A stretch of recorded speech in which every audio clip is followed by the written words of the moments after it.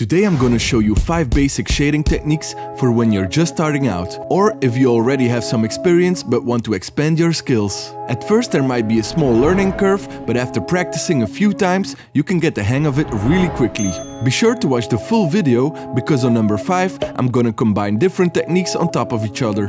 Alright, let's get started.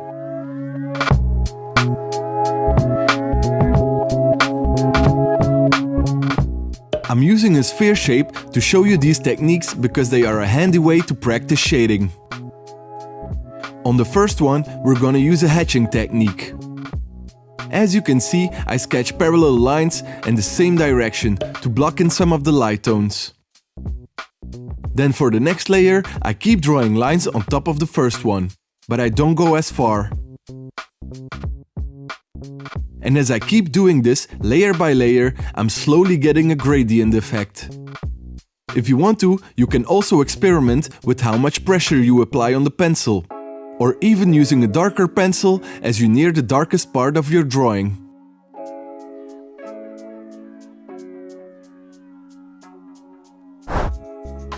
For the next one, I'm using a cross-hatching technique.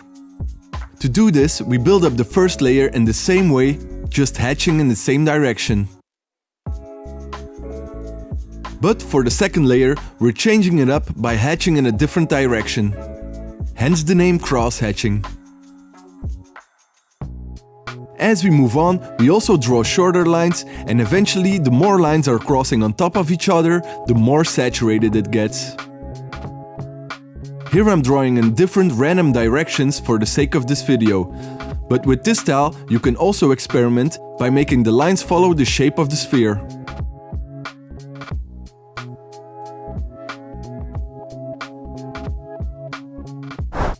On the next sphere, I'm using a circle technique.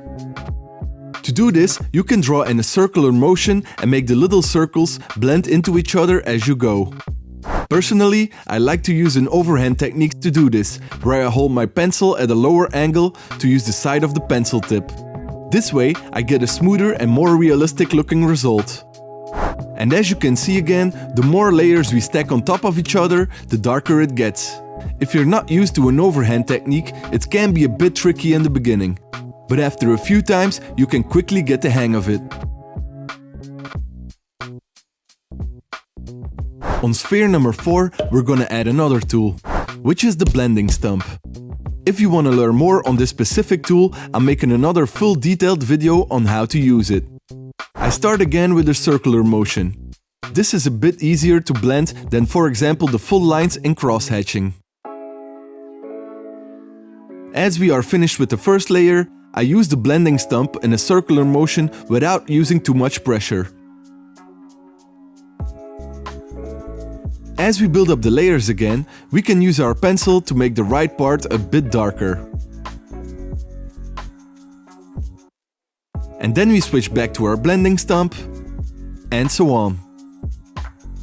Using the blending stump in between layers gives you a bit more control over the shading than if you, for example, only use it at the end of your drawing, as this can cause smudges and less detail.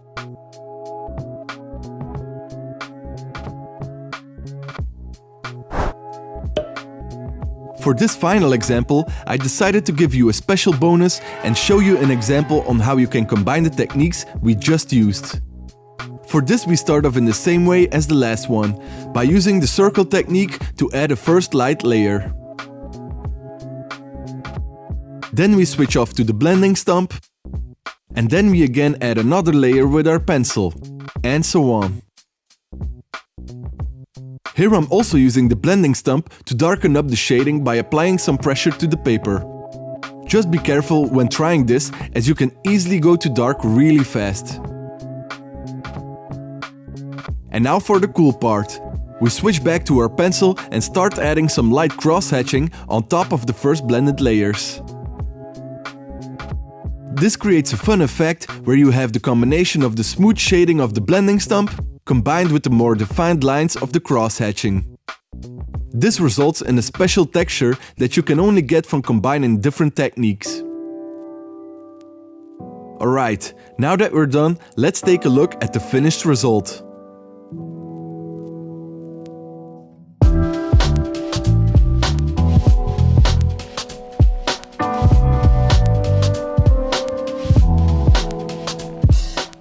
If you liked this video and want to learn more, feel free to like and subscribe. See you in the next one.